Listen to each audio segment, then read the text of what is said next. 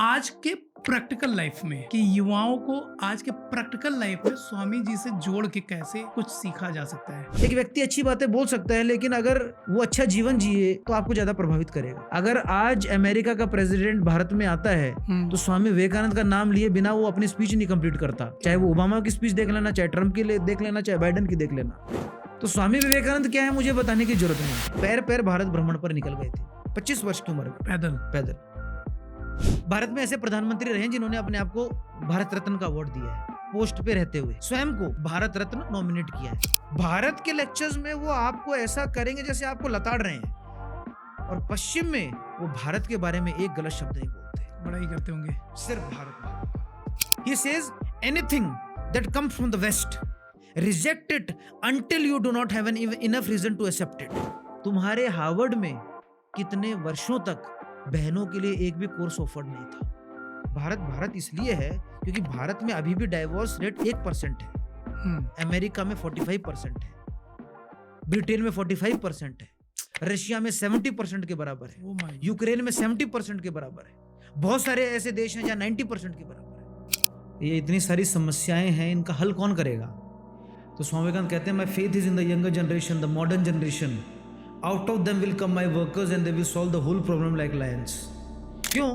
क्योंकि तुम ब्लैक हो तो भैया तुम हमारे साथ बैठ नहीं सकते। तो गांधी जी को बड़ा फील हुआ। तो गांधी जी के लाइफ में स्वामी विवेकानंद जी का क्या प्रभाव पड़ा? देखिए, गांधी सर्वत्र है आज हमारे सामने। एक क्या हर व्यक्ति की जेब में गांधी है। दूसरा, उनके अच्छे और बुरे मीम्स हमें सोशल मीडिया के माध्यम से मिलते रहते हैं। अभी हाल फिलहाल में ही आपको पता है कि पहलगांव में एक बहुत ही क्रूरता से टेररिस्ट अटैक हुआ है, और जिसमें धर्म के नाम पे गोलियां दागी गई, धर्म पूछा गया। देखिए, किसी भी प्रकार का कट्टरवाद किसी भी समाज के लिए बुरा रहता है, और इस कट्टरपंथ की शायद से हमें उत्पत्ति कहाँ से होती है वहां पे जाना पड़ेगा। आप जैसा अन्न खाएंगे, हम कहते हैं, वैसा होगा मन। जैसा अन्न वैसा मन, जैसी ट्रेनिंग वैसा व्यक्ति।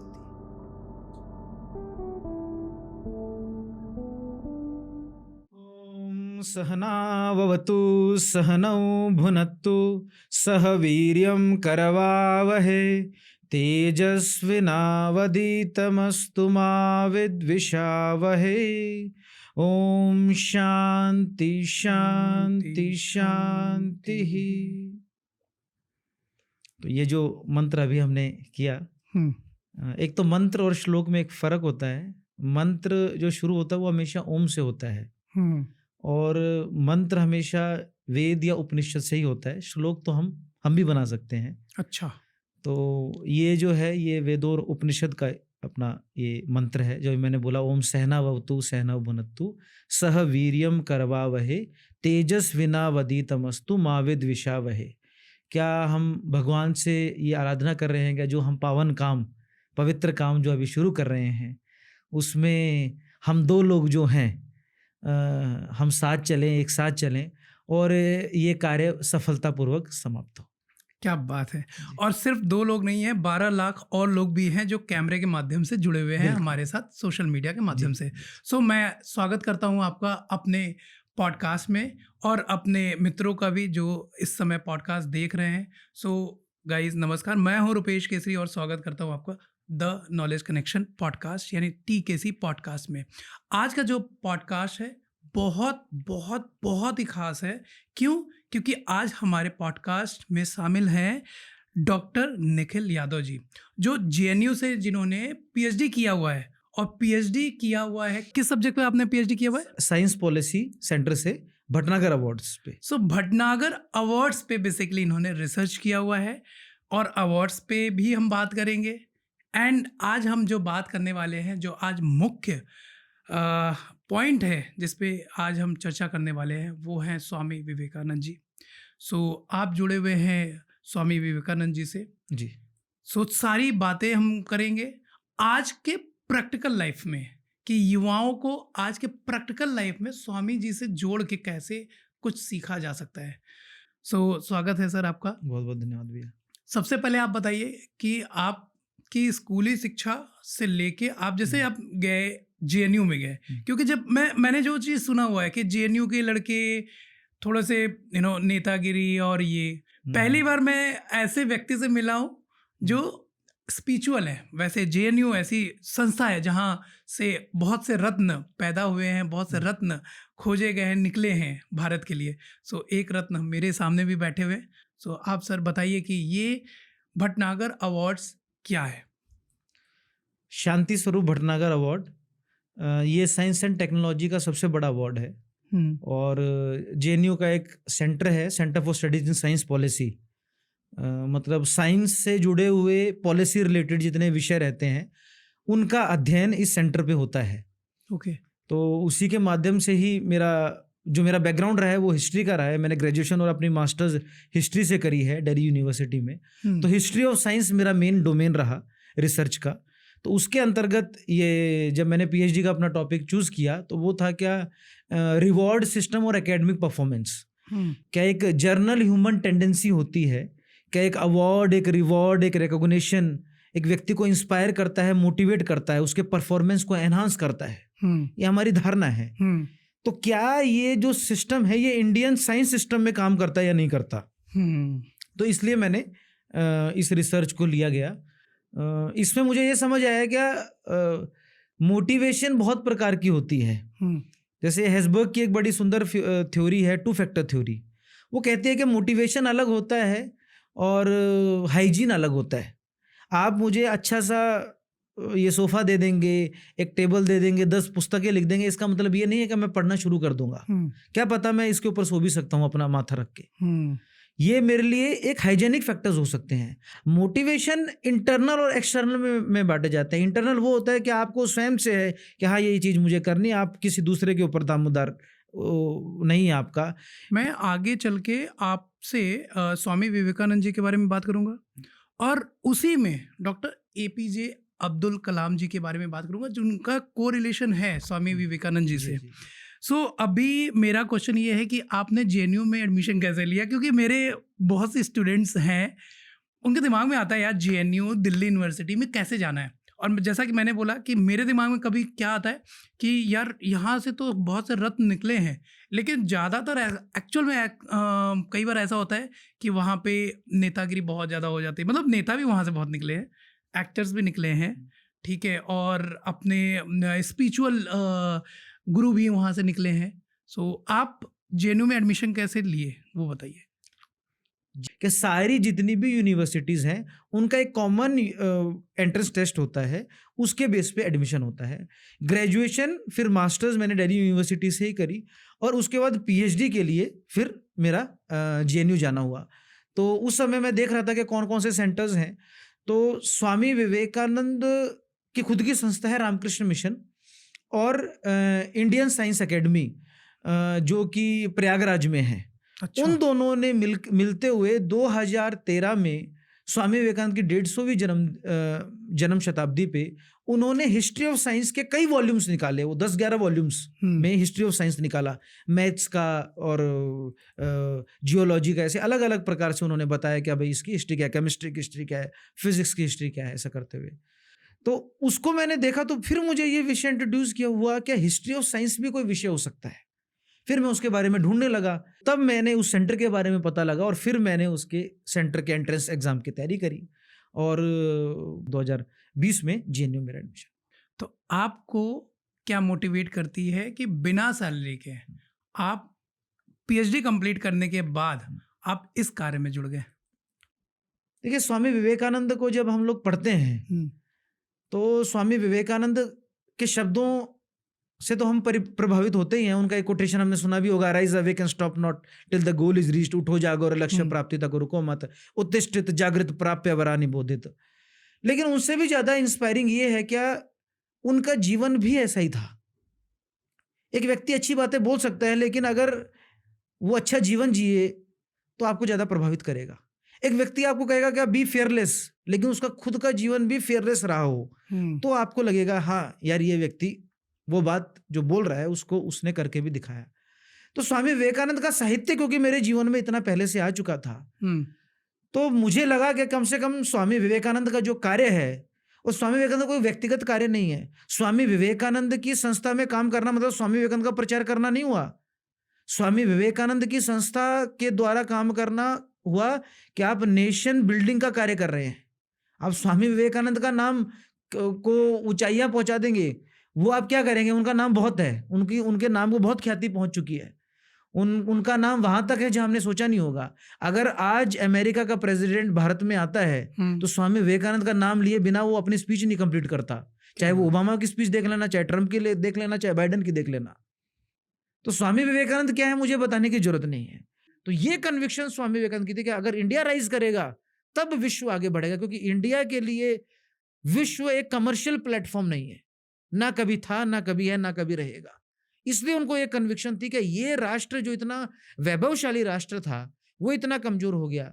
तो उस कार्य को जो हमने समझा तो हमको लगा यार हम भी कुछ तो कंट्रीब्यूट कर सकते हैं। तो कुछ थोड़ा बहुत एक गिलहरी जैसा प्रयास, जैसे राम जी की सेना में सबका थोड़ा थोड़ा प्रयास था, तो हमें लगा हम भी थोड़ा प्रयास करने की कोशिश करते हैं, तो वही प्रयास हमने शुरू किया। बहुत बढ़िया।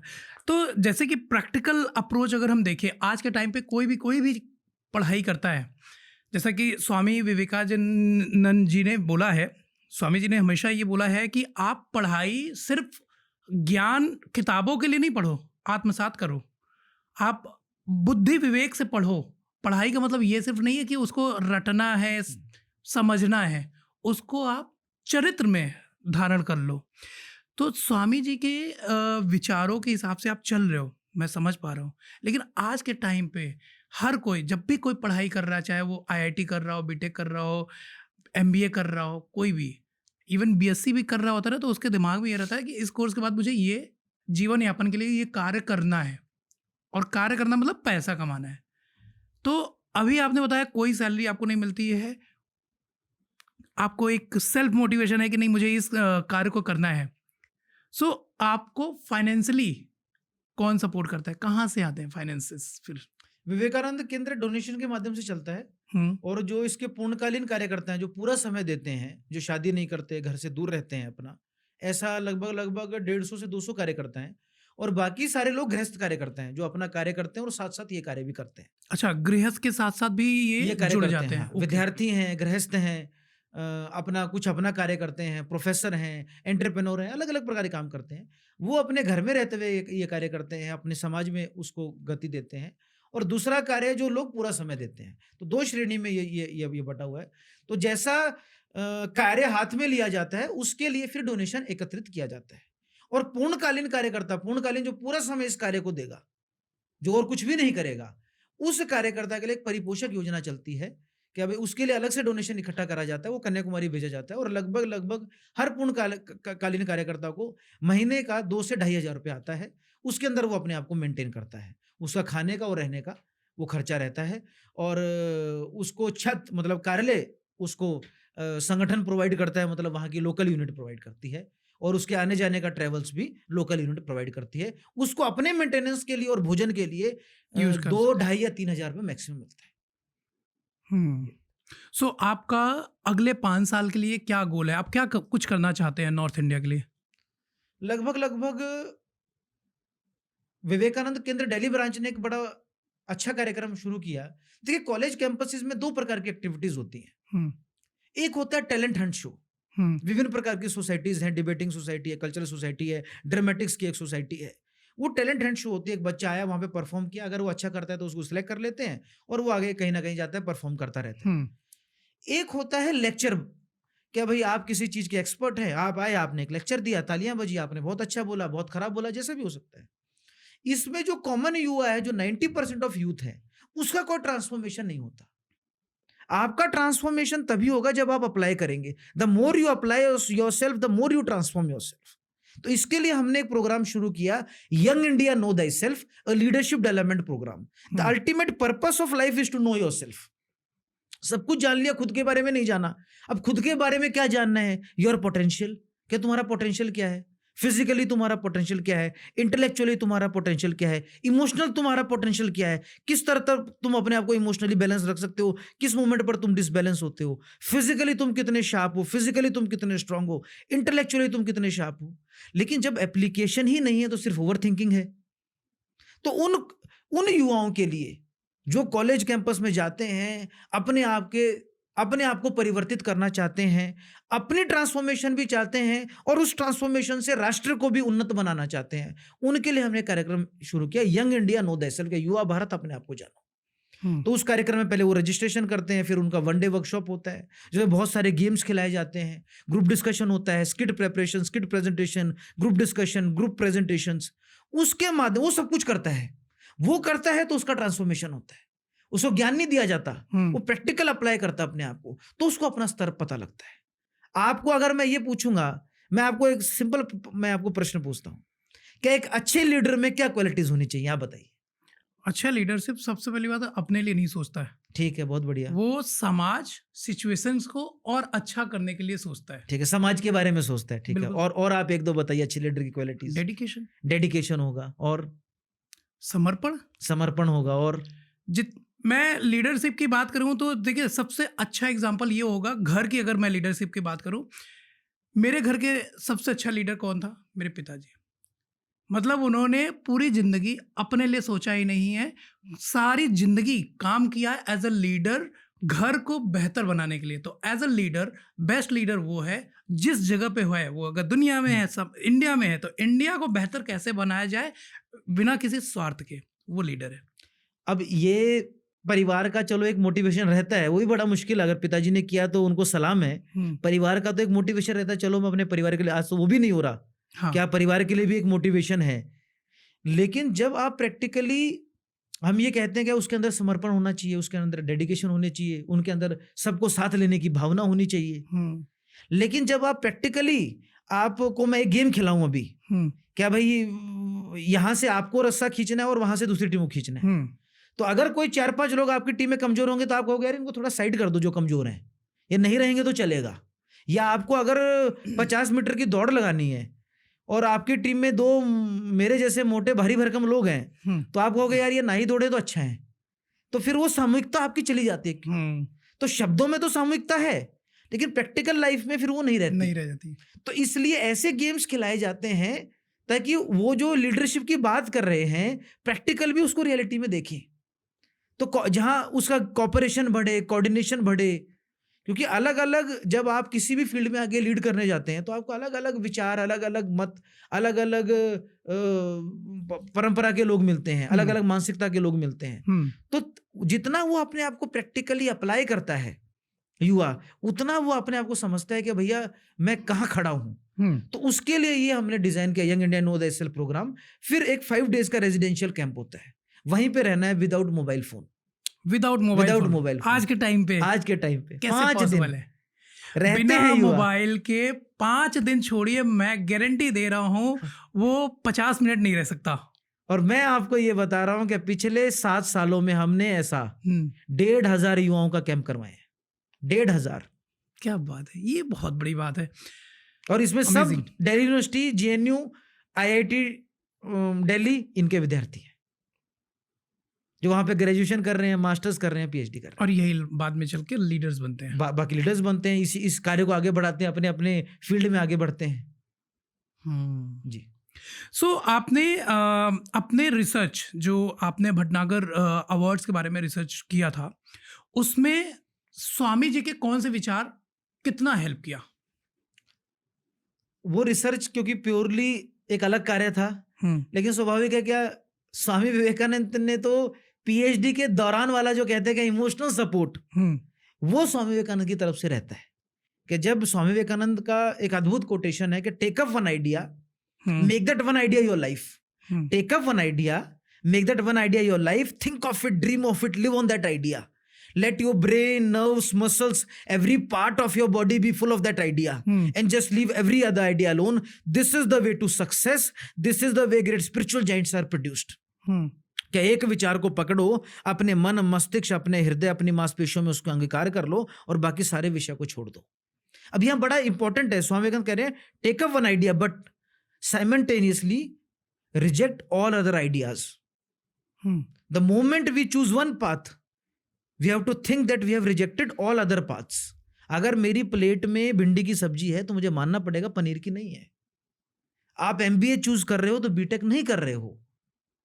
तो ये स्वामी, जब मैं अपनी PhD कर रहा था तो ये एक मेरे को बड़ा क्लैरिटी था कि जब मैं अपना काम करता था तो मेरे को डिस्ट्रैक्शन नहीं होता था कि भैया एक क्लैरिटी है कि एक काम जो आपने पकड़ा है आप उसको पहले गति दे दो। तो वो इमोशनल सपोर्ट रहा कि जब आपको रहता है कि आपका काम आगे नहीं बढ़ रहा रिसर्च में, क्योंकि कोलैबोरेटिव रिसर्च रहती है, साइंटिस्ट से इंटरव्यू लेने पड़ते हैं, मिलना पड़ता है, सुपरवाइजर के साथ आपको बार बार मिलना पड़ता है। तो मेरा तो सौभाग्य रहा कि मेरे सुपरवाइजर बड़े कोऑपरेटिव नेचर के थे और बड़े प्रबुद्ध व्यक्ति हैं। तो उस समय आपको बड़ी स्टेबिलिटी रहती है अगर चट्टान जैसा एक व्यक्ति आपके पीछे रहता है तो। बिल्कुल सही बात बोला कि आज के टाइम पे देखिए हर एक युवा के दिमाग में इतने विचार आते हैं। स्वामी जी तो कहते हैं कि एक विचार लो और उस पर चलते रहो, अनुसरण कर लो, लेकिन आज के टाइम पे ये नहीं हो पा रहा है। तो इसको पूरा करने के लिए ऐसा क्या करें कि वो मोटिवेशन मिल जाए कि नहीं यार करना है, स्वामी जी का ये विचार था, इसी विचार पे ही चलना है। देखिए ये मोटिवेशन शब्द ही बड़ा खतरनाक है। हम लोगों को इंस्पायर कर सकते हैं अपने शब्दों से, अपने एक्शन से। मोटिवेशन तो उसको तब मिलेगा जब उसकी लाइफ में कोई मोटिव आ जाएगा। अगर उसकी लाइफ में कोई मोटिव नहीं है तो किसी भी मोटिवेशन का कोई फायदा नहीं है, किसी भी दूर दूर तक उसका फायदा है नहीं। See lack of purpose creates chaos in life. The founder of Vivekananda Kendra, Eknath ji, puts it very well. He says a person is reborn when he knows the mission of his life, the very purpose of his life. क्या व्यक्ति का पुनः जन्म होता है जब व्यक्ति को अपने लाइफ का पर्पस पता लगता है, अपने लाइफ का गोल पता लगता है, अपने लाइफ का मिशन पता लगता है। अब आप कहोगे यार ये पता कैसे लगता है? कहीं कहीं वीडियो में मिलता है, किसी मार्केट में मिलता है, किसी दुकान में मिलता है, किसी हॉस्पिटल में मिलता है, किसी दवाई खाने से मिलता है, तो बता दो आज ही, तो उसको बता देते हैं हम। ये जो इससे पहले वाला विषय हमने बताया, the more you apply your self the more you transform your self. Self अनुभूति होती है अप्लाई करने से। आप पुशअप लगाते रहोगे और मैं यहाँ देख रहा हूँ कि भाई साहब बढ़ नहीं रहा, आप तो लगा रहे हो 100 हो गया, 110 हो गया, और मैं देख रहा हूँ यहाँ तो भाई साहब बढ़ ही नहीं रहा। तो इसमें गलती आपकी नहीं है, गलती मेरी है। मैंने अपनी स्थिति को नहीं देखा, मेरी स्थिति क्या है। द मोमेंट मैं अपना एप्लीकेशन शुरू करूंगा तो मैं अपने पर्पस के पास आऊंगा। और इतने सारे चीजों में से जितनी मैं चीजें कर रहा हूं, मेरे को समझ ही नहीं आ रहा मैं क्या कर रहा हूं और मेरे लिए बना क्या है, यही तो कंफ्यूजन है। द मोमेंट आपको एक पॉइंट ऑफ टाइम पे ये लगेगा कि हाँ यही चीज मेरे लिए बनी है। इसका मैं एक एग्जांपल के माध्यम से आपको समझाता हूँ। एक बार मेरी इच्छा हुई सुबह कि यार मेरे को तलवारबाजी सीखनी चाहिए। तो मेरे को लगा कि यार मैं तलवार को उसमें फ्लिपकार्ट पे इसको ऑर्डर कर देता हूँ। तो मैंने उसका पैसा वगैरह देखा तो वो तलवार 3-4 हज़ार रुपये से शुरू हुई। तो उस 3-4 हज़ार ने मुझे रोक लिया कि इतना पैसा तो मेरे पास है नहीं, थोड़ा रुकता हूँ। तो उसके बाद मैंने शाम तक उसका वेट किया, तो फिर मैंने वापस देखा तो मेरा मोटिवेशन आधा हो गया, क्योंकि मोटिव तो था नहीं तलवार करना। वो तो कहीं एक आधी वीडियो देख ली थी तो मुझे लगा मेरे को भी सीखनी चाहिए। तो ऐसे कितने ना विचार हमारे मन में सुबह आते हैं, और अगर हम थोड़ा सा उसके ऊपर वेट करें तो शाम तक वो विचार हमारे मन से चले जाते। लेकिन अगर वो तलवारबाजी वाला विषय अगले दिन तक चलता तो मुझे लगता हाँ यार कोई तो बात है। अगर वो 1 हफ्ते तक चलता तो मुझे लगता यार कुछ और बात है। अगर वो 1 महीने तक चलता तो मुझे लगता यार कुछ और बात है। और सब लोग मेरा विरोध करते और 6 महीने तक चल जाता तो मुझे लग जाता था यही चीज मेरे लिए बनी है। तो अगर चुटकी में उसको एक्सेप्ट करना और छोड़ना है, जो हमने कहा कि हमने किसी को इंस्पायर कर दिया या किसी का हम लोग ब्रेन वॉश कर देंगे, या कोई इन्फ्लुएंस हो गया, जो इधर इन्फ्लुएंस हो गया उधर भी इन्फ्लुएंस हो जाएगा। उसका खुद का कोई मत नहीं है। ब्रेन वॉश करने के लिए भी ब्रेन होना चाहिए, वरना वॉश क्या करोगे। तो मेरे लिए तो तब बनेगा जब उसको आप करके आपको फील हो रहा है, हाँ, फिर कोई दूसरा व्यक्ति नहीं चाहिए ना आपको बताने के लिए कि हाँ ये आपके लिए बना है। इतना सिंपल है। फिर तो दुनिया इर्द गिर्द सब कुछ चलता रहेगा, वो बताता रहेगा। आप भिंडी खा रहे हो, दूसरा कहता रहेगा अरे भिंडी में क्या है, आप इधर आइए, ये देखिए कोफ्ते बने हुए हैं, कोफ्ते खाइए। लेकिन आपको लगेगा भैया इससे अच्छा कुछ नहीं है। वो ताकत आपके अंदर जागृत हो जाती है फिर। अच्छा, आप ये मानते हैं कि किसी भी चीज़ को रिवॉर्ड, रिकॉग्निशन उस काम को करने की इच्छा और जागृत करता है और मोटिवेट करता है और आगे बढ़ाता है, ये मानते हैं? ये बड़ा ही मतलब रिसर्च में तो ऐसा है कि ये बड़ा इंडिविजुअल सेंट्रिक है। स्वाभाविक है, हम बहुत सारे लोग जानते हैं कि अब यूनिवर्सल कमेंट तो हम दे नहीं सकते हम्म, कि अगर हम स्वामी विवेकानंद के ऊपर दे, तो स्वामी विवेकानंद के ऊपर के पास कौन सी मोटिवेशन था ये कार्य करने का? कोई मोटिवेशन नहीं था। पूरे जीवन भर उनको धक्के ही मिलते रहे, कष्ट ही मिलते रहे, चाहे वो भारत में हो चाहे अमेरिका में हो। सो जैसे कि मोटिवेशन की बात हो रही थी, तो फिर मोटिवेशन मतलब जैसे रिकॉग्निशन चाहिए होता है कहीं कहीं। हमारे देश के एक प्रधानमंत्री जी हैं जो चाय वाले थे, वो लगातार अच्छा काम करते जा रहे, करते जा रहे, करते जा रहे, करते जा रहे। आज तक मैंने उनको कभी कोई प्राइज़ लेते हुए नहीं देखा, कोई सम्मान लेते हुए नहीं देखा। मतलब सम्मान आई मीन कि कोई मोन्यूमेंट कि किसी डिफरेंट व्यक्ति ने उनको सम्मान दिया हो इंडिया में। तो इसको कैसे आप डिफाइन करना चाहोगे? क्योंकि मोटिवेशन होता है, किसी को सर्टिफिकेट दे दिया, किसी को अवार्ड दे दिया, लेकिन अपने देश के प्रधानमंत्री जी को कोई अवार्ड तो नहीं मिलता। ऐसा है क्या? पहले मैं प्रधानमंत्री के अवार्ड के बारे में बताता हूँ, जो मुझे अपने पीएचडी की रिसर्च में पता लगा। वैसे मेरा भटनागर अवार्ड पे था, लेकिन मैंने बाकी अवार्ड्स को भी बहुत खंगाला, देखा। बहुत सारे अवार्ड्स की आपको जानकारी मिलती है। और हमारे गुरुजी ऐसे थे क्या, वो उन्होंने सिर्फ भारत नहीं, क्या विदेश के अवार्ड्स भी उन्होंने हमें पढ़वाए कि विदेशों में कौन से अवार्ड दिए जाते हैं साइंस के। इतना मतलब डीप रिसर्च करने के लिए उन्होंने हमें प्रेरित किया। भारत में ऐसे प्रधानमंत्री रहे जिन्होंने अपने आप को भारत रत्न का अवार्ड दिया है, ओह, पोस्ट पे रहते हुए स्वयं को भारत रत्न नॉमिनेट किया है। वो क्या आप बात। सर्च करेंगे तो आपके उनके नाम मिल जाएंगे, मैं उनका नाम नहीं लेना चाहूंगा। प्रधानमंत्री नरेंद्र मोदी जी को विदेश के जो सर्वोच्च अवार्ड है, जैसे भारत में भारत रत्न है, ऐसे विदेशों के अवार्ड मिले हैं काफी। क्या उन देशों ने अपना सर्वोच्च अवार्ड जो उन देश में है वो प्रधानमंत्री को दिया है। अच्छा, आज के टाइम पे जो कि रील्स का ज़माना चल रहा है, चाहे वो इंस्टाग्राम की रील्स हो या फिर यूट्यूब की रील्स हो, हर कोई स्क्रॉलिंग में लगा हुआ है, लगा हुआ है, लगा हुआ है, लगा हुआ है, खो गया है। उसे पता ही नहीं है कि उसका क्या गोल था, क्या करना था, वो भूल जाता है। सो ऐसे में स्वामी विवेकानंद जी के कौन से विचार को ध्यान में रखना चाहिए ताकि हम रील्स में खो ना जाए? रील्स में तो वो इसलिए खो रहा है, जो मतलब कोर तो वही है कि लैक ऑफ पर्पस। जब तक पर्पस नहीं, तब तक तो सब कुछ ही ठीक है। वो हम्म, चाहे रील्स में खोए चाहे रोड पे खोए, कहीं ना कहीं तो उसको खोना है। हम्म, तो अपना जीवन का ध्येय क्या है, वो जितना जल्दी मनुष्य को समझ आए, तो स्वामी जी कहते हैं अगर आपके पास कोई पर्पस है, तो आप लाखों की जगह हजारों गलतियां तो आप फिर भी करोगे, लेकिन लाखों की जगह हजारों गलतियां आप करोगे। लेकिन अगर आपके पास कोई पर्पस ही नहीं है, तब तो आप एक सूखे हुए पत्ते की तरह हो। आपकी दिशा और दशा दोनों हवा तय कर रही है। जिस तरफ हवा चलेगी उस तरफ आप बहते चले जाओगे, जिस तरफ आपको एल्गोरिदम लेके जाएगा उस तरफ आप चलते रहोगे। ये तो इतना सिंपल हो जाएगा। तो जब तक स्वयं का कोई बोध नहीं होगा, स्वयं से क्या करना है ये चिंतन नहीं खड़ा होगा, तब तक तो कोई अंत नहीं है इन चीजों का। अच्छा, मैंने ये भी सुना है कि स्वामी विवेकानंद जी जो है पूरा भारत भ्रमण तो किया ही है, विदेशों में भी गए। सो उस समय हमारे पास माध्यम नहीं होते थे एक जगह से दूसरी जगह जाने का, तो कैसे करते थे? क्या कुछ चुनौतियां उनके सामने आई? स्वामी विवेकानंद लगभग 25 वर्ष की उम्र में पैदल पैदल भारत भ्रमण पर निकले थे। पैदल? पैदल। और इनको हम कहते हैं कि परिव्राजक सन्यासी। परिव्राजक मतलब वो 3 दिन से ज्यादा एक पर्टिकुलर स्थान पर नहीं रहेगा। ये एक परिव्राजक सन्यासी की एक क्वालिटी होती है। वो जिस तरफ उठ जाएगा उसी दिशा में चलने लगेगा। वो सारी चीजें निर्धारित करके नहीं चलेगा। तो स्वामी विवेकानंद एक हाथ में श्रीमद् भगवत गीता, एक हाथ में कमंडलू लेके पैर पैर भारत भ्रमण पर निकल गए थे 25 वर्ष की उम्र में। और अधिकतर पैदल पैदल, कहीं कहीं घोड़ा गाड़ी।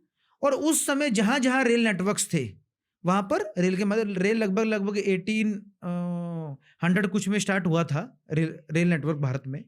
तो उस समय बहुत ज़्यादा एस्टेब्लिश भी नहीं हुआ था, कुछ कुछ रूट ही थे देश में। तो जहां उनका अगर कोई टिकट कर दे तो रेल के माध्यम से, नहीं तो अधिकतर पैर पैर और घोड़ा गाड़ी से उन्होंने पूरे भारत का भ्रमण किया था 5 वर्षों तक। और उसके माध्यम से सिर्फ और सिर्फ जलवायु परिवर्तन का तो उन्होंने किया ही क्या। अलग अलग प्रांत में गए तो पानी बदलता है, वहां की जलवायु परिवर्तन बदलता है, गर्मी ठंड तो उन्होंने सहा ही। साथ ही साथ उन्होंने भारत की गरीबी को भी बड़े क्लोजली देखा। क्या राजाओं के घर भी रहे और गरीब के घर भी रहे। अच्छा। तो उन्होंने वो अनुभव पाया, क्योंकि उस समय तो राजा रजवाड़े होते थे, तो राजा रजवाड़ों के घर भी रहे और निर्धन के घर भी रहे। तो वो अनुभव पाया कि भारत भारत कैसे है, भारत की आत्मा क्या है, भारत सही मायने में है क्या। और ये पूरा 5 वर्ष का भ्रमण करते हुए, या आप समझे कि बिहार, उत्तर प्रदेश में ही सिर्फ मैं अगर आपको बताऊं तो चाहे वो प्रयागराज हो, चाहे हाथरस हो, चाहे मेरठ हो, चाहे लखनऊ हो, चाहे गाजीपुर हो, चाहे अयोध्या जी हो, उसके बाद उत्तराखंड दिल्ली, दिल्ली से राजस्थान से गुजरात से मध्य प्रदेश के खांडवा से वो पहुंचते हुए इधर महाराष्ट्र से कर्नाटका, उसके बाद वो केरला से तमिलनाडु और कन्याकुमारी। 5 वर्षों में स्वामी विवेकानंद ने संपूर्ण भ्रमण किया। भारत को बिल्कुल उन्होंने क्लोजली देखा कि भारत है क्या। तब उनको ये आइडिया आया कि ये इस राष्ट्र को तो पुनः खड़ा ही होना पड़ेगा, और उसके लिए फिर वो शिकागो गए, वर्ल्ड पार्लियामेंट रिलीजन्स में। अच्छा। और शिकागो का जैसे अगर ट्रैवलिंग की बात करूं तो आज हमें लगता है कि आज हम अमेरिका जाएंगे तो क्या है, 2 दिन में पहुंच जाएंगे, अगर होल्ट भी होगा तो कहीं। स्वामी विवेकानंद को 2 महीने लगे थे। 31 मई 1893 स्वामी विवेकानंद बंबई से निकले थे और वो 30 जुलाई को शिकागो में पहुंचे थे। तो मई जून पूरा चला गया, जुलाई एंड में वो पहुंचे। इतना समय लगता था स्टीमर से, फिर कोई गाड़ी आ रही है, फिर ऐसा करते करते कितना स्ट्रगल होता था, इतना आसान नहीं था। गांधी जी ने तो पूरा बुक ही लिख दिया था, हिंद स्वराज। आते आते वो कहते हैं कि उन्होंने जो साउथ अफ्रीका से भारत की जो यात्रा थी उसके बीच में पूरी पुस्तक लिख दी थी, हिंद स्वराज। सो गांधी जी के लाइफ में स्वामी विवेकानंद जी का क्या प्रभाव पड़ा? देखिए, गांधी सर्वत्र है आज हमारे सामने 2 कारणों से। एक, क्या हर व्यक्ति की जेब में गांधी है। दूसरा, सरकारी बिल्डिंग्स के ऊपर गांधी की बहुत सारी फोटो हैं। तो फिजिकल तौर पर हम गांधी जी को बहुत जानते हैं। हमने पढ़ा नहीं होगा, लेकिन हम कम से कम फिजिकल तौर पर उनके बारे में जानते हैं। उनके अच्छे और बुरे मीम्स हमें सोशल मीडिया के माध्यम से मिलते रहते हैं। गांधी जी जब साउथ अफ्रीका में थे तो उनको एक ट्रेन से बाहर फेंक दिया गया। वो जा रहे थे ट्रेन में, उनके पास टिकट भी था, तो गांधी जी को उठा के ट्रेन से बाहर फेंक दिया गया। क्यों? क्योंकि तुम इंडियन हो, क्योंकि तुम ब्लैक हो, तो भैया तुम हमारे साथ बैठ नहीं सकते। तो गांधी जी को बड़ा फील हुआ। उन्होंने भी वहां पे भी संगठन की शुरुआत करी, लोगों को एकत्रित करने की कोशिश करी, और वहां उन्होंने इंडियन राइट्स के लिए बहुत, एक लॉयर के तौर पर तो वो गए थे वहां पर, तो उन्होंने अपनी वकालत का एक लंबा समय वहां पर इंडियन के राइट्स के लिए लड़ने के लिए सोचा। इसी माध्यम में स्वामी विवेकानंद कभी भी अफ्रीका कॉन्टिनेंट में इजिप्ट के सिवाय किसी देश में नहीं गए। अच्छा। सिर्फ उनका इजिप्ट में जाना हुआ कुछ समय। और स्वामी विवेकानंद का अभी सेंटर तो साउथ अफ्रीका में भी है, मॉरिशस में भी है, अन्य अन्य जगह हैं, पहले नहीं थे। उनके जीते जी सिर्फ उनका जाना हुआ इजिप्ट में। तो गांधी जी चाहते थे कि स्वामी विवेकानंद साउथ अफ्रीका में आए। वो अपने एक मित्र बाजरेकर को पत्र लिखते हैं, क्या एक ऐसा व्यक्ति चाहिए जो भारत से आए और यहाँ के जो हिंदू लोग हैं इनको एकत्रित कर सके, इनको स्पिरिचुअल नॉलेज भी दे सके, एजुकेशन भी दे सके, एक इंस्पिरेशनल फिगर चाहिए। क्या स्वामी विवेकानंद इसके लिए आ सकते हैं स्वयं? क्या अगर वो आएंगे तो मैं उनके मिशन को सक्सेसफुल करने के लिए सब कुछ करूंगा। और स्वामी विवेकानंद उस समय कश्मीर के भ्रमण पे थे, तो वो बंबई में अपने मित्र को लिख रहे हैं जो खुद वकील हैं, बाजरेकर को, और उन्होंने कहा कि ये पत्र तुम स्वामी विवेकानंद तक पहुंचा देना। स्वामी विवेकानंद तक वो पत्र पहुंचा नहीं पहुंचा, ऐसा कोई रिटर्न सोर्स नहीं है, तो दोनों का मुलाकात नहीं हो पाया। 1901 में गांधी जी भारत वापस आते हैं। भारत का भ्रमण करते हुए वो कलकत्ता पहुंचते हैं, कांग्रेस का अधिवेशन होता है वहां पर। गांधी जी की एक विशेष पुस्तक है, हम सब ने उसका नाम सुना है, सत्य के साथ प्रयोग, माय एक्सपेरिमेंट विद ट्रुथ। उसमें एक चैप्टर है, अ मंथ विद गोखले। उसमें गांधी जी लिखते हैं कि मैं पैदल पैदल ही चल पड़ा था बेलूर मठ, जो स्वामी विवेकानंद का मठ था, स्वामी विवेकानंद से मिलने के लिए। स्वामी विवेकानंद उस समय अस्वस्थ थे, इसलिए मैं उनसे मिल नहीं पाया।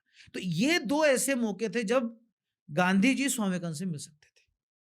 लेकिन ये दोनों असफल रहे, क्योंकि एक बार स्वामी विवेकानंद का उनसे संपर्क नहीं हो पाया, दूसरी बार जब वो मठ में आए तो स्वामी विवेकानंद मठ में थे नहीं। वो मठ जो है कैलकटा से थोड़ा सा है, बेलूर, और स्वामी विवेकानंद कैलकटा में किसी के घर पे थे उस समय। वो उस समय उनके जीवन समाधि से लगभग आप समझ लीजिए क्या 1 साल पूर्व की घटना है ये।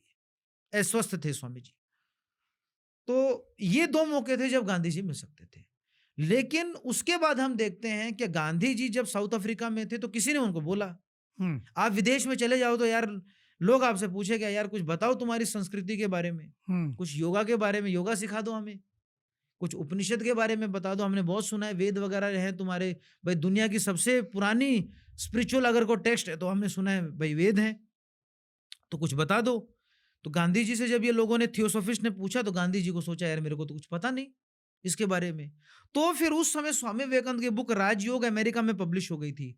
गांधी जी वहां से वो बुक मंगवाते हैं और इसको पढ़ना शुरू करते हैं, और फिर चाहे वो यदवाड़ा जेल में जाते हैं, संपूर्ण जीवन भर स्वामी विवेकानंद की ये पुस्तक अपने साथ रखते हैं। 1921 में गांधी जी स्वामी विवेकानंद के मठ में जाते हैं, हिंदी में भाषण देते हुए बोलते हैं कि मैं भारत से स्नेह पहले से ही करता था, लेकिन स्वामी विवेकानंद का साहित्य पढ़कर मेरा भारत से स्नेह हजारों गुना और बढ़ गया। तो यहां से हम देखते हैं कि फिर चाहे वो अलग अलग जेल में जा रहे हों, फिर उन्होंने स्वामी विवेकानंद की जो French Nobel laureate Romain Rolland ने स्वामी विवेकानंद की एक ऑटोबायोग्राफी लिखी है, बायोग्राफी लिखी है, the life of Swami Vivekananda, और उनके गुरु के ऊपर भी लिखी है, the life of Shri Ramakrishna. वो दोनों बुक्स गांधी जी ने वो जेल में पढ़ी, रोमा रोलैंड की, French Nobel laureate Romain Rolland की बुक्स। 1914 में उनको लिटरेचर के लिए उनको नोबेल प्राइज मिला था। तो फिर वो अपने दूसरे दोस्तों को जो उनके फॉरेन फ्रेंड्स थे उनको भी वो कहते हैं कि स्वामी विवेकानंद का साहित्य पढ़िए, राजयोग पढ़िए, स्वामी विवेकानंद की बुक्स पढ़िए। फिर वो स्वामी विवेकानंद की जो संस्था है रामकृष्ण मिशन, उसके सेंटर्स में जाते हैं, उन सेंटर्स को विजिट करते हैं, उन सेंटर्स में भाषण देते हैं। अपने दोस्तों कहते हैं कि विदेश के एम मुंशी को वो लिखते हैं एक पत्र में, अरे विदेश क्या जाओगे, तुमको जाना है तो अल्मोड़ा के रामकृष्ण मिशन में जाओ, ऊटी के रामकृष्ण मिशन में जाओ। तो इस प्रकार से हम लोग देखते हैं कि एक बड़ा इन्फ्लुएंस रहा, उनके पत्रों में स्वामी विवेकानंद रहते थे, उनके भाषणों में वो स्वामी विवेकानंद का संदर्भ देते थे। तो एक बड़ा इन्फ्लुएंस गांधी जी की लाइफ पे रहा स्वामी विवेकानंद और श्री रामकृष्ण परमहंस। आज के टाइम पे इतनी बिजी समय है, हर एक युवा बिजी है, किसी के पास बोलो समय नहीं मिलता। उस अगर सही में बात करें तो 24 घंटे हर किसी के पास है, लेकिन हर एक युवा कही रहा है कि भाई हमारे पास समय नहीं है। उसके लिए समय का अनुभव कैसे हम कराएंगे स्वामी जी के विचारों से? समय का अनुभव, स्वामी विवेकानंद का लाइफ का 2 पार्ट है। एक है पश्चिम में उनका जीवन, एक है भारत में उनका जीवन। स्वामी विवेकानंद का अगर आप दिनचर्या देखेंगे तो आप सोचेंगे कि ये व्यक्ति कैसे ही सब कुछ कर लेता था। कैसे दिनचर्या थी? एक हफ्ते में लगभग 30 लेक्चर देना इतनी बड़ी ऑडियंस को पश्चिम में, इवनिंग में क्लासेस लेना योग और वेदांत पे, सैटरडे और संडे को क्वेश्चन आंसर रखना, और हर दिन नए नए लोगों से संपर्क करना, साथ ही साथ लिटरेरी राजयोग और इसके ऊपर काम करना, साथ ही साथ वेदांता सोसाइटी को खड़ा करना, साथ ही साथ भारत में जो कार्य, मतलब जो उनके शिष्य थे और जो उनके गुरु भाई थे उनको पत्र लिख के भारत के कार्य को मॉनिटर करना, अपने आगे की विजिट्स को प्लान करना। दिनकर का एक पुस्तक है कि संस्कृति के 4 अध्याय, उसमें दिनकर लिखते हैं कि स्वामी विवेकानंद का जो पश्चिम का जो पहला प्रवास रहा 3.5 वर्ष का, भारत का 3.5 वर्षों में इतना प्रचार प्रसार कभी नहीं हुआ।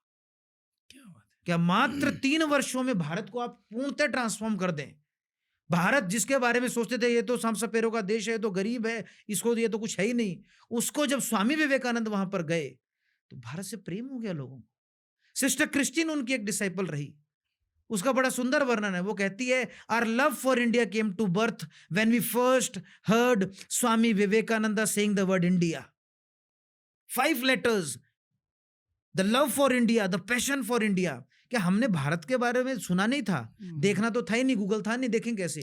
सिर्फ जो सुना था वो गलत सुना था कि तो साफ सफेरों का देश है, यहाँ तो कास्टिज्म होती है, यहाँ तो कुछ होता ही नहीं, यहाँ तो सब खराबी है, ब्रिटिशर्स यहाँ पर राज करते हैं, इनको कुछ आता नहीं है, ना खाना आता है, ना नहाना आता है, ना सोना आता है, ना मेडिसिन है, ना रैशनल थिंकिंग है, ना साइंटिफिक टेम्परामेंट है, कुछ भी नहीं इन लोगों में। लेकिन स्वामी विवेकानंद को हमने एक बार सुन लिया इंडिया, तो हमको लगा यार ये आदमी बोल रहा है, भारत कुछ तो होगा। और ऐसे आधा दर्जन लोग स्वामी विवेकानंद के साथ ही भारत आ गए और अपना पूरा जीवन उन्होंने भारत के लिए समर्पित कर दिया। तो इतना अद्भुत उनका दिनचर्या जो पश्चिम में रही, उसको समझने की हमें जरूरत है। और उस समय तो साधन भी नहीं थे। देखिए साधन से साधना नहीं होती, कभी साधन बढ़ जाने से बहुत सारे साधना नहीं होती। स्वामी विवेकानंद जितना काम कर गए तो कितना वो जिए, 39 years 5 months 24 days, that's it. इतनी समय में व्यक्ति 2000 वर्ष का काम कर गया। संभालते रहो आप 2000 वर्ष उसको। आज के टाइम पे 40 साल में आदमी कहता है अभी तो मैं बस खड़ा हुआ हूँ, तैयारी कर रहा हूँ, जॉब पाया हूँ अभी जस्ट। यस, वो इम्पैक्ट उनका था। तो सालों में एक व्यक्ति पैदा होता है जो सारे चीजों को, जद्दोजहद को, और मतलब अमेरिका में उनके लिए बहुत ही सपोर्टिव माहौल नहीं था। और जब वो, जैसे एक पक्ष मैंने पश्चिम का बताया, दूसरा पक्ष उनका जो भारत का है, कि भारत में जब वो आए तो उन्होंने भारत को देखा, तो उन्होंने दो चीजों को देखा। एक, पश्चिम की एजुकेशन और पश्चिम का ऑर्गेनाइजेशन, वो बड़ा तगड़ा था। उन्होंने देखा यार पश्चिम का एक नया लड़का जो 10-12 साल का है, उसके अंदर अद्भुत कॉन्फिडेंस है, और हमारे यहाँ 40 साल के व्यक्ति के अंदर कॉन्फिडेंस नहीं है कि मैं ब्रिटिशर्स को धक्का दे दूंगा बाहर। तो उनको लगा कि एजुकेशन भारत में होनी चाहिए, तो उन्होंने एजुकेशन में बहुत बड़ा काम किया। दूसरा, ऑर्गेनाइजेशन। उनको लगा कि पश्चिम में दो लोग एकत्रित होकर एक ऑर्गेनाइजेशन खड़ी कर देते हैं, हमारे यहाँ 4 लोग साथ बैठ ही नहीं सकते कभी। जेलेसी बहुत है भारत में, उन्होंने उस समय इसको समझ लिया था कि जेलेसी इतना कूट के हमारे अंदर भरी हुई है। तो स्वामी जी ने उसको काउंटर किया। फिर उन्होंने एजुकेशन के लिए स्कूल्स की स्थापना करी। सेवा का काम क्रिश्चियनिटी से जोड़ा जाता था उस समय सिर्फ। अच्छा, कि सेवा का काम करेंगे तो क्रिश्चियंस करेंगे, अच्छा, स्कूल होंगे तो क्रिश्चियनिटी के होंगे, हॉस्पिटल्स होंगे तो क्रिश्चियनिटी होंगे। उन्होंने वो नैरेटिव चेंज कर दिया स्वामी विवेकानंद ने। ऐसा क्यों? क्रिश्चियन से क्यों करेंगे सारा चीज? तो ऐसा एक धारणा आज भी है, बहुत बड़ी धारणा है। जो हॉस्पिटल्स हैं, जो स्कूल्स हैं, वो एक धारणा ऐसी पैदा करी गई। स्वामी विवेकानंद ने उस धारणा को बिल्कुल परिवर्तित किया। उन्होंने कहा कि ये गांव में हमारे, जब वो भारत में भ्रमण किया उन्होंने, गांव में उन्होंने देखा घड़े हैं, पानी है, बोले यहाँ तो बिना पूछे लोग खाना खिला देते हैं। तो वो ऑर्गेनाइज जो एक आप कहेंगे कि नैरेटिव था, उसको तोड़ने का काम स्वामी विवेकानंद ने किया। जब ये तोड़ने का काम स्वामी विवेकानंद ने किया तो उनके ऊपर आरोप लगना शुरू हो गए।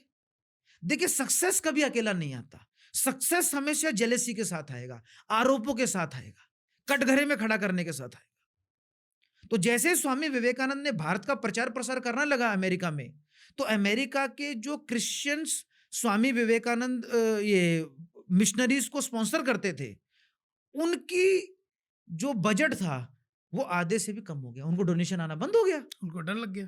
तो उन्होंने कहा यार तुम कहते हो वहां तो गधे पैदा होते हैं, और यहाँ एक व्यक्ति है, ये तो हमें नहीं संभाला जा रहा। तुम कहते हो कि वहां तो लोगों को कुछ आता नहीं है, लेकिन ये व्यक्ति तो हमें समझ ही नहीं आ रहा, इतना अद्भुत व्यक्ति है। तुम कुछ और कह रहे हो, ये व्यक्ति कुछ और कह रहा है, हमारी भाषा में कह रहा है। हमने, और स्वामी विवेकानंद तो प्रचंड बाइबल कोट करते थे। वो कहते थे हमें बाइबल नहीं आती, इस व्यक्ति ने वो ये कोट कर रहा है, और चेक करते थे तो वही पाते थे। तो जब उनका पैसा कम होने लगा, डोनेशंस कम होने लगी, उनको जब धक्के लगने लगा, तो उन्होंने वो लगे कि हम भैया हमें धक्का लगा था, हम स्वामी विवेकानंद को धक्का मारेंगे। लेकिन स्वामी विवेकानंद धक्के से हिलने वाले व्यक्ति नहीं थे। उनके ऊपर चारित्रिक आरोप लगाने की कोशिश करी गई, उनको डिफेम करने की कोशिश करी गई, लेकिन उनके चरित्र और इन चीजों पे तो उनको किसी दुनिया में, पृथ्वी पे कोई संदेह नहीं था। और कोई इस पृथ्वी पे कोई ऐसा व्यक्ति पैदा नहीं हुआ जो स्वामी विवेकानंद के सामने कह दे कि अभी हाँ प्रत्यक्ष तौर पर मैंने स्वामी विवेकानंद ने मेरे साथ ये गलत किया है। तो आरोप लगाने वाले बहुत थे, लेकिन उसको सिद्ध करने वाला कोई नहीं था। और स्वामी विवेकानंद अकेले लड़ रहे थे, इसमें उनके पास कोई इकोसिस्टम नहीं था, वो अकेले लड़ रहे थे एक अमेरिकन इकोसिस्टम के साथ, जो एक मिशनरी स्पॉन्सर्ड इकोसिस्टम था। तो इतनी कठिनाइयों का सामना करके वो भारत में आए, और फिर उन्होंने भारत में, अच्छा उनकी एक विशेषता आप देखेंगे, उनके भारत के लेक्चर्स पढ़िए और पश्चिम के लेक्चर्स देखिए। भारत के लेक्चर्स में वो आपको ऐसा करेंगे जैसे आपको लताड़ रहे हैं, क्योंकि वो आपको खड़ा करने के लिए तैयार कर रहे हैं। अच्छा, और पश्चिम में वो भारत के बारे में एक गलत शब्द नहीं बोलते, बड़ा ही करते होंगे। सिर्फ भारत भारत भारत, क्या क्योंकि उनको बात पता है! था कि मैं अपने देश के बारे में किसके बारे में गलत बोलूं जो खुद नंगे हैं। ये तो वही अप्रोच हो गई जैसे कि पिताजी जो है घर में डाँटते हैं, बेटा तू ऐसा नहीं किया, तूने ये नहीं किया, तूने वो नहीं किया, और दूसरों के सामने मेरा बेटा बहुत अच्छा है, बहुत बढ़िया है। इसकी एक एक एक मैं एग्जांपल आपको देता हूं।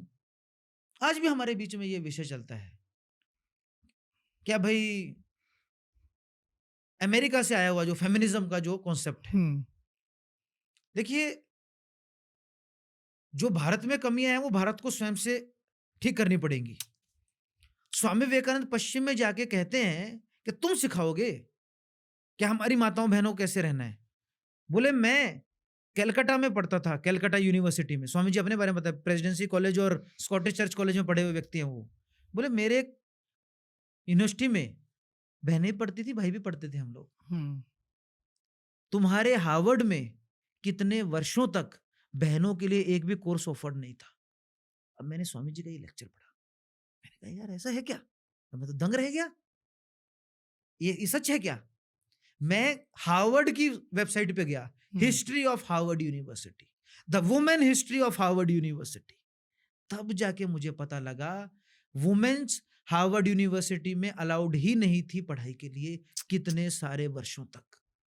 देवर अलाउड एज अ वाइफ, वो रह सकती है, अच्छा, लेकिन उसके लिए कोई कोर्स ऑफर नहीं था कितने वर्षों तक। फिर मैंने विक्टोरियन इंग्लैंड के बारे में पढ़ा, तब मुझे जाके पता लगा कि कितने वर्षों तक वुमेन्स को वहां पर वोटिंग राइट्स नहीं थे।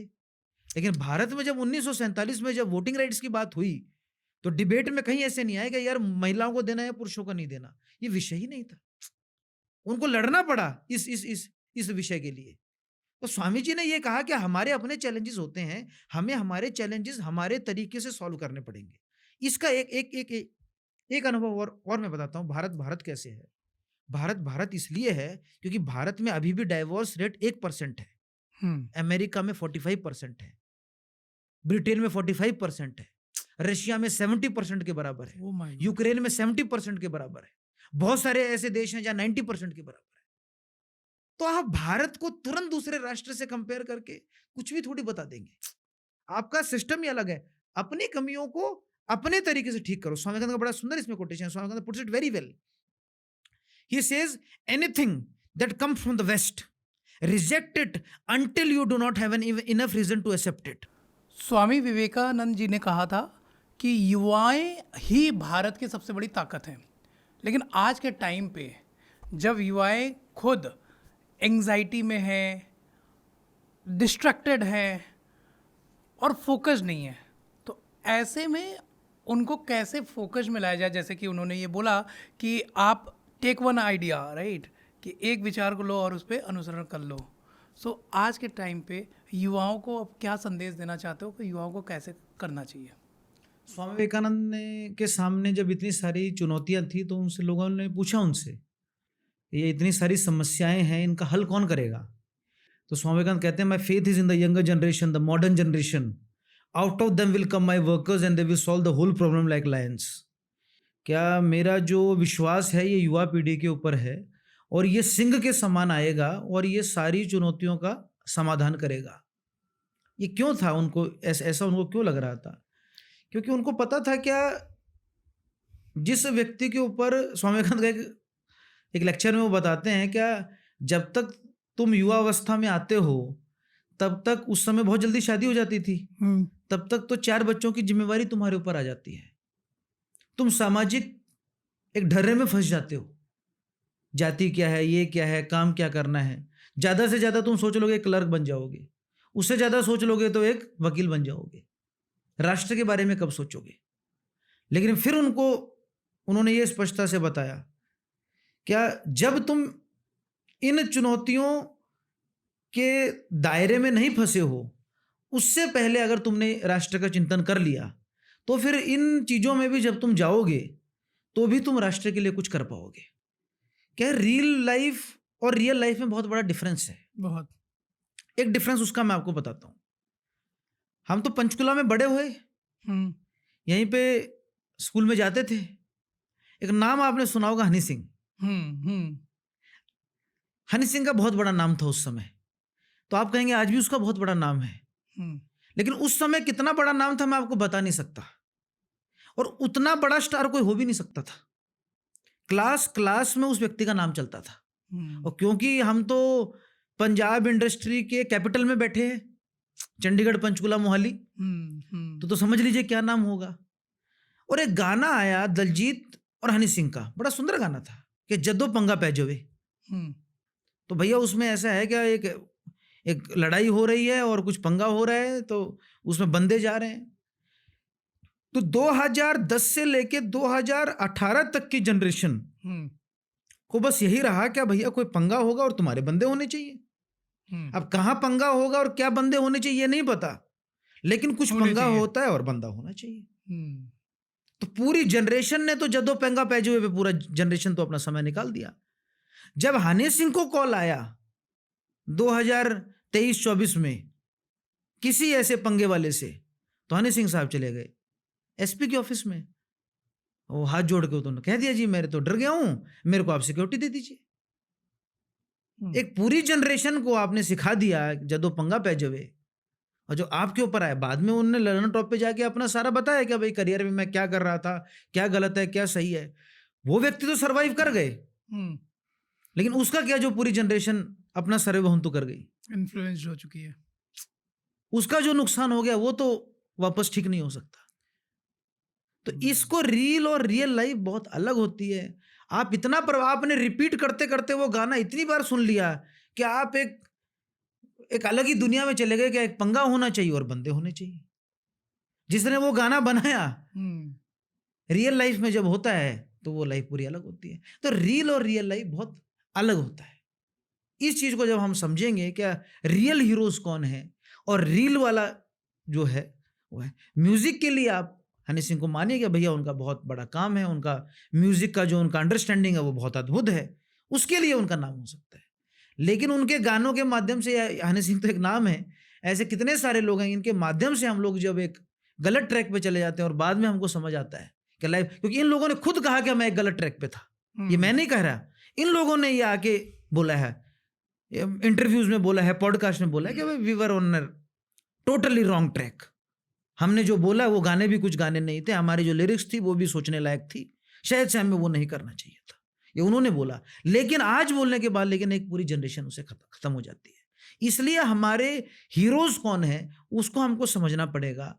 अगर आप देखिए कि अंधकार का दौर था ट्रैक एंड फील्ड्स गेम्स के लिए भारत के लिए, लेकिन एक मिल्खा सिंह जी ने निकले और उन्होंने युवाओं को तैयार कर दिया कि मैं भी ट्रैक एंड फील्ड्स में जाके दौड़ सकता हूं।